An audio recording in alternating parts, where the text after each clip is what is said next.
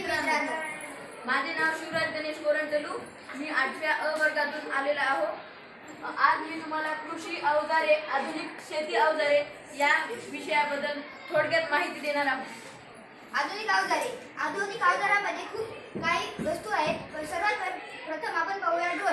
Drone हा आजकाल या काळात फवारणीसाठी खूप उपयुक्त आहे. पहिले फवारणीसाठी मशीन वापरली जात होती, आता ड्रोन आलेला आहे. हे आहे मळणी यंत्र. पिकाची मळणी करण्यासाठी हे खूप उपयोगात आलेलं आहे. शेतकऱ्यांसाठी खूप सोपी पद्धत आहे ही. हे आहे पेरणी यंत्र. या पेरणी यंत्राने आजच्या काळात पेरणी केली जात आहे. जास्त करून वापर हा पेरणी यंत्राचा चालू आहे. हे आहे हार्वेस्टर. याने पिकाची तोडणी खूप लवकर व चांगल्या रीतीने होते.